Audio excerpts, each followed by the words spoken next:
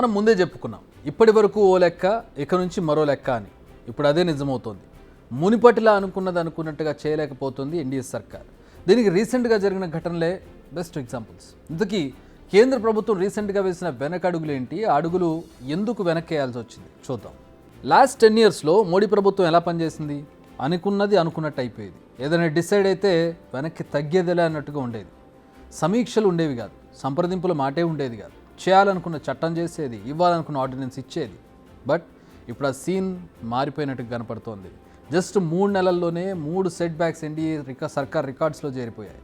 First ప్రసార సేవల నియంత్రణ bill, second Waqf board bill, third and latest lateral ఎంట్రీపై వెనక్కి తగ్గడం. ఫస్ట్గా ఈ లేటెస్ట్ అప్డేట్ ఒకటి చూద్దాం. లాటరల్ ఎంట్రీ విషయానికి అసలేంటి ఈ లాటరల్ ఎంట్రీ? ముందుగా దాని గురించి తెలుసుకుందాం. మామూలుగా కేంద్ర ప్రభుత్వంలోని కొన్ని విభాగాలకు సంబంధించిన కీలక బాధ్యతలను సీనియర్ ఐఏఎస్ ఐపీఎస్లకు అప్పగిస్తారు మామూలుగా. కానీ గత కొన్ని ఏళ్లుగా అని చెప్పుకుందాం, ఈ కొరత తీవ్రంగా వేధిస్తోంది. దీంతో యూపీఏ ప్రభుత్వం ఈ విధానాన్ని తీసుకొచ్చింది. ఈ విధానంలో వివిధ రంగాల నిపుణులను ఇందులో చేర్చుకుంటారు. అయితే లేటెస్ట్గా కేంద్రం యూపీఎస్సీ ద్వారా ఓ నోటిఫికేషన్ రిలీజ్ చేసింది. మొత్తం 45 జాయింట్ సెక్రటరీ, డైరెక్టర్లు, డిప్యూటీ సెక్రటరీ పోస్టును భర్తీ చేసేందుకు నోటిఫికేషన్ ఇచ్చింది. అయితే ఎప్పుడైతే ఈ నోటిఫికేషన్ వచ్చిందో అప్పుడే విపక్షాల నుంచి తీవ్ర వ్యతిరేకత వచ్చింది. ఇలా భర్తీ చేసే పోస్టులో ఎస్సీ, ఎస్టీ, ఓబీసీ అభ్యర్థులు కోటా, రిజర్వేషన్ ఏమీ ఉండవు. దీంతో విపక్షాలతో పాటు ఎన్డీఏలోని కొన్ని పార్టీలు కూడా అభ్యంతరం వ్యక్తం చేశాయి. దీంతో కేంద్రం ఈ నిర్ణయాన్ని వెనక్కి తీసుకుంది. అయితే విపక్షాలు రిజర్వేషన్లను గాలికి వదిలి బ్యాక్డోర్లో నియామకాలు చేపడుతుందంటూ విమర్శలు చేయడంతో వెనక్కి తగ్గినట్టుగా అర్థమవుతోంది. అంతకుముందు కేంద్ర ప్రభుత్వం ప్రసార సేవల నియంత్రణ చట్టం చేయాలనుకుంది. ముసాయిదా రూపొందించి స్టేక్ హోల్డర్లకు పంపించింది కూడా. అయితే ఈ బిల్లు స్వతంత్ర జర్నలిస్టుల గొంతు నొక్కేలా ఉందనే విమర్శలు మొదలయ్యాయి. భావ ప్రకటన స్వేచ్ఛను హరించేలా డిజైన్ చేశారంటూ ఆరోపణలు మొదలయ్యాయి. దీంతో కేంద్రం ఈ ముసాయిదా బిల్లును వెనక్కి తీసుకుంటున్నట్టుగా ప్రకటించింది. ఆ తర్వాత వక్ఫ్ బోర్డ్ బిల్ ఈ మధ్యకాలంలో చాలా గట్టిగా వినిపించింది. అనేక ఆరోపణలు, చర్చలు కూడా జరిగాయి. వక్ఫ్ బోర్డుల నియంత్రణ కోసం కేంద్రం ఒక బిల్లును తీసుకొచ్చింది. ఈ బిల్లును ఇలా పార్లమెంట్లో ప్రవేశపెట్టారో లేదా ఇండియా కూటమి ముక్తకంఠంతో వ్యతిరేకించింది.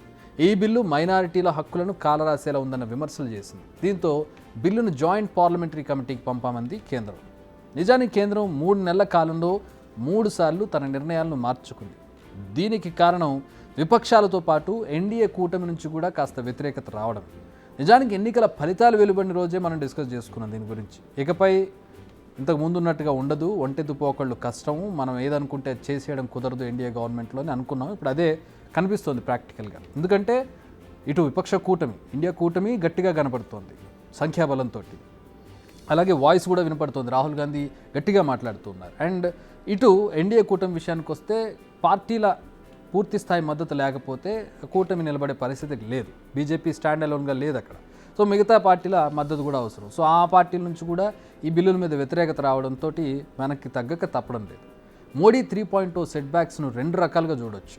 ఎన్నికల్లో ఊహించని స్థాయిలో సీట్లు తగ్గిపోయిన ప్రభావం, మిత్రపక్షాలపై ఆధార ప్రభుత్వాన్ని నడుపుతుండడం వలన ఏదైనా నిర్ణయంపై వ్యతిరేకత వస్తే మోడీ ప్రభుత్వం పీచే మూడు అంటోంది. ఇంతకుముందు అట్లా లేదు. దీన్ని 2 రకాలుగా చూడొచ్చు. ఒకటి విపక్షాల ఆందోళనకు వెనక్కి తగ్గడం, రెండోది పొత్తులో ఉన్నప్పుడు ఉండే ఇబ్బందులుగా చూడొచ్చు.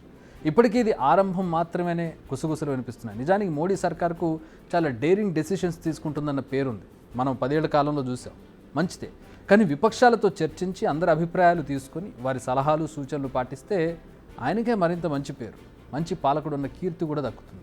ఇప్పటికైనా ఈ విషయాన్ని అర్థం చేసుకుని ఇకపై తీసుకునే నిర్ణయాలను స్వపక్షం, విపక్షాలతో చర్చించి ముందుకు వెళ్తే పార్లమెంట్లో పరువు దక్కుతుంది. బిగ్ టీవీ అవుట్లుక్ కథనాలు నచ్చితే వెంటనే బిగ్ టీవీ ఛానల్ ను సబ్స్క్రైబ్ చేయండి.